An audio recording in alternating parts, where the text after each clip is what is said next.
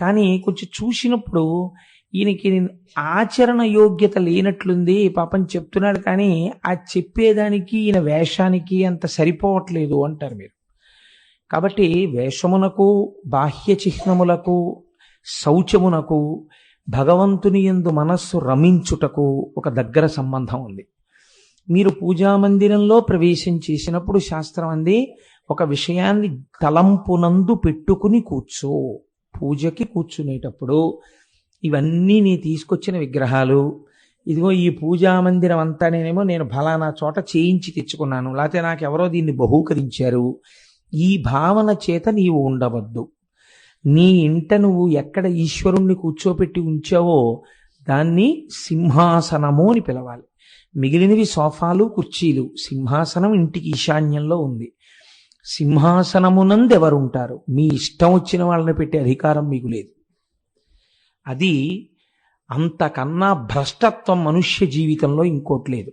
మీకెవరో నచ్చారని తీసుకొచ్చి సింహాసనంలో పెట్టి పూజ చేస్తానంటే వాళ్ళని ఆచార భ్రష్టుడు అని పిలుస్తుంది శాస్త్రం. అలా తొలగించినటువంటి ఫలితం తర్వాత తరాల మీద పడిపోతుంది. వెళ్ళి మీ ఇష్టం వచ్చినట్టు మీరు పూజ చేయడానికి వీలుండదు. మీ ఇంటికి పూర్వాచారంగా మొట్టమొదటి నుంచి వంశంలో సంప్రదాయపరంగా సింహాసనమునందు కులదేవతగా ఎవరున్నారో వారిని మాత్రమే అర్చన చెయ్యాలి. మిగిలిన ఎవరైనా సరే వారికి పరివార దేవతలు అవుతారు. లేదా వీరందరి అనుగ్రహంతో నేను వారిని చేరుతున్నాను అనాలి, అథవా వారే వీరి స్వరూపంలో ఉన్నారనాలి. అప్పుడు మీకు అభేద భావన వస్తుంది. ఉదాహరణకి రేపు శనివారం నాకు కాసేపు విష్ణు సహస్రనామ స్తోత్రం చదువుకుని వెంకటేశ్వర సుప్రభాతంతో నా పూజ ప్రారంభం చెయ్యాలి అని నేను అనుకున్నాను అనుకోండి. అప్పుడు నేను ఏమంటానంటే, ఈశ్వర, ఒక ఉదాహరణకి చెప్తున్నాను, మాకు పరంపరాగతంగా మా సింహాసనంలో పార్వతీ పరమేశ్వరులు ఉన్నారనుకోండి. అప్పుడు నాకు ఇష్టదైవము వెంకటేశ్వరుడైతే నేను వాళ్ళని తీసేసి వెంకటేశ్వర స్వరూపాన్ని పెట్టకూడదు. తప్పది. అలా మర్యాద తప్పించకూడదు. మీరు ఏం చేయాలంటే పార్వతీ పరమేశ్వరులను ఉంచుకుని చక్కగా ఒక వెంకటేశ్వరమూర్తిని కూడా పూజామందిరంలో పెట్టుకుని, ఈ వెంకటేశ్వరుడు ఈ పరమేశ్వరుడు అభేదము, వీరిద్దరొక్కటే. ఈశ్వర, మిమ్మల్ని నేను ఇవాళ వెంకటేశ్వరుడిగా స్తోత్రం చేస్తున్నాను అని మీరు చెయ్యాలి. అప్పుడు అభేద భావనము అలవాటు అవుతుంది. తప్ప ఇది తీసేసి ఇంకోటి ఏదో పెట్టేస్తానంటే అది మర్యాద కాదు. అలా చెయ్యకూడదు కూడా పూజ. అది చాలా పెద్ద తప్పు శాస్త్రమనందు. అలా మీకు మార్చే అధికారం మీకు లేదు. అలాగే ఆడపిల్ల పుట్టింటి యందు ఎవరినైనా పూజ చేసి ఉండవచ్చు. కానీ అత్తవారింటికి వెళ్ళిన తర్వాత అత్తవారింటి కులదైవం ఎవరో ఆ కులదేవతారాధనము కొరకు కావలసిన సామాగ్రిని సిద్ధం చేస్తుంది. ఆడపిల్లకైతే అసలు తేలికండి జీవితోద్ధరణం. పూజకి ముందైతే మంచి భర్త రావాలని ఈశ్వరుని ఆరాధన చేస్తుంది. పూజ ఆ అమ్మాయికి పెళ్ళి అయిపోయిన తర్వాత ఇంకా భర్త పరమేశ్వరుడు. అందుకే ఆడదానికి ఉన్న పుణ్యం పురుషుడికి ఉండదు ఖాతాలో. భర్తగారు సంధ్యావందనం చేసుకుని పూజ చేసుకుంటుంటే ఆవిడ టిఫిన్ చేసింది, ఆయన వచ్చి కూర్చుని టిఫిన్ తిన్నాడు. ఆయన ఎలా కూర్చుని తిన్నా ఆవిడకి అనవసరం, ఆవిడ టిఫిన్ చేసి పెట్టింది.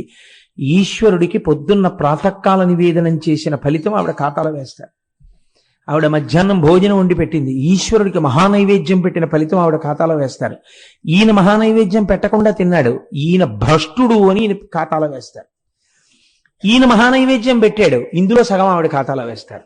మళ్ళీ అదో చిత్రం. అందుకే యోగ్యుడైన భర్త దొరికినటువంటి స్త్రీ జీవిత చరమాంకమునందు, అంటే శరీరం పడిపోయిన తర్వాత ఈయన కన్నా పుణ్యం ఆవిడ ఖాతాలో ఎక్కువ ఉంటుంది. కాబట్టి ఇప్పుడు మీరు లోపలికి వెళ్ళినప్పుడు ఒక భావన చెయ్యవలెను. సింహాసనమునందు ఏమా భావన?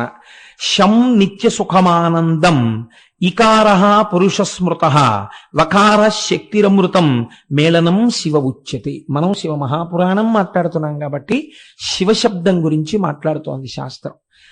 ఇందులో శివ అన్న మాటని మీరు శివుడు ఆ సింహాసనమునందు ఉంటే, శం నిత్య సుఖం ఆనందం, ఏది నిత్య సుఖమై ఆనందమై ఉన్నదో అది మనుష్య జన్మ యొక్క పరమ ప్రయోజనము. దానితో పాటు మీకు కొన్ని కోరికలు కూడా తీరవలెను. ఎందుకంటే మీరు గృహస్థాశ్రమమునందున్నారు కనుక. ఇకార పురుష స్మృత, కూర్చుని ఆరాధన చేస్తున్న వాడికి కావలసినటువంటి సమస్త కోర్కెలను తన సంకల్పమాత్రం చేత తీర్చగలిగినటువంటి సమస్త లోకాధీశుడైనటువంటి సృష్టికర్త, స్థితికర్త, ప్రళయకర్త ఏకరూపమును దాల్చి సాకారుడై ఇవాళ ఈ సింహాసనమునందు కూర్చుని ఉన్నాడు.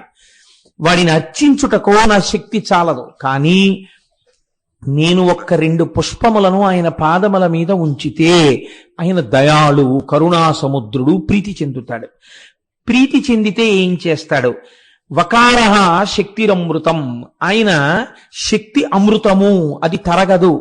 ఇవాళ మా ఇంట్లో నాకేదో సుఖాన్ని ఇస్తే ఇవాళ కోటేశ్వరరావుకి ఇచ్చాను, రేపు మీకు ఇస్తానండి, ఇవాళ ఆయనకి ఇచ్చాను కదా మీకు ఇవ్వడం కుదరదా అనవలసిన అవసరం ఆయనకి లేదు. ఏకకాలమునందు కొన్ని కోట్ల మంది కోర్కెలను ఆయన తీర్చగలడు. కాబట్టి వకారః శక్తిరమృతం మేళనం శివ ఉచ్యతే. ఇలా అనంతమైన శక్తి స్వరూపుడై కోరుకున్న వాళ్ళ కోర్కెల్ని ఏకకాలమునందు ఇంతమంది కోర్కెలు తెలుసుకుని తీర్చగలిగినటువంటి సమర్థతతో కూడి ఉన్న ప్రభువునకు శివ అని పేరు. కాబట్టి ఆయన మంగళములను చేస్తాడు, శోభనం చేస్తాడు, శుభం చేస్తాడు. పూజ చెయ్యవలసిన అవసరం అసలు ఎందుకు వస్తుంది గృహస్థుకి? సరే, నేను మిగిలిన ఆశ్రమంని పక్కన పెట్టి మాట్లాడడానికి కారణం ఏమిటంటే వారికి కొన్ని పరిమితులు ఉన్నాయి పూజ యందు. కానీ అన్ని పూజలు వారు చెయ్యవలసిన అవసరం లేదు, వారు జ్ఞానమునందు ఉంటారు అని శాస్త్రం నమ్ముతోంది. కాబట్టి గృహస్థుకి అలా కాదు. గృహస్థు 3 బాధలు తప్పించుకోవాలి అని కోరుకుంటుంటాడు. ఏమా 3 బాధలు? ఒకటి ఆధ్యాత్మికమైన బాధ. ఆధ్యాత్మికమైన బాధలు అంటే ఏదో శరీరమునందు జ్వరము వచ్చుట, లేకపోతే తన భార్యకి అనారోగ్యము వచ్చుట, తన బిడ్డలకు అనారోగ్యము వచ్చుట, తన ఇంటిలో ఉన్నటువంటి పశువులకు అనారోగ్యము కలుగుట. పశువుల్ని కూడా కలుపుతుందండి శాస్త్రం. ఎందుకో తెలుసా? రుద్రాధ్యాయం మాట్లాడుతూ ద్రాపేయంధస్పతే దరిద్రం నీలలోహిత అంటూ అస్మిన్ గ్రామే ద్విపదే చతుష్పదే పుష్టిం అంటుంది. ఇంట్లో ఉన్నటువంటి ఆవు జబ్బొచ్చి పడిపోయి ఉందనుకోండి, అది ఏమీ తింటలేదు, పుళ్ళు వేసేసింది, కాకులు పొడి చేస్తున్నాయి, దుర్వాసన వస్తోంది, నిత్తురు కారుతూ, ఇంట్లో ఉన్న యజమాని అన్నం తినలేడు, ఆవు అంత బాధపడుతుంటే.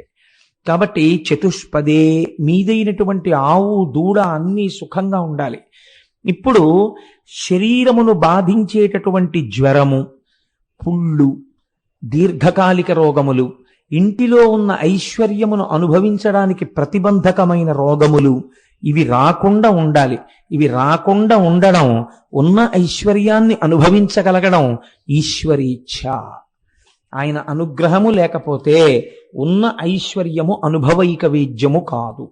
అందుకే మీరు కొంతమంది చూడండి, వారు బాహ్యమునందు ఐశ్వర్యము చేత ధనవంతులు, అనుభవము చేత దరిద్రులు.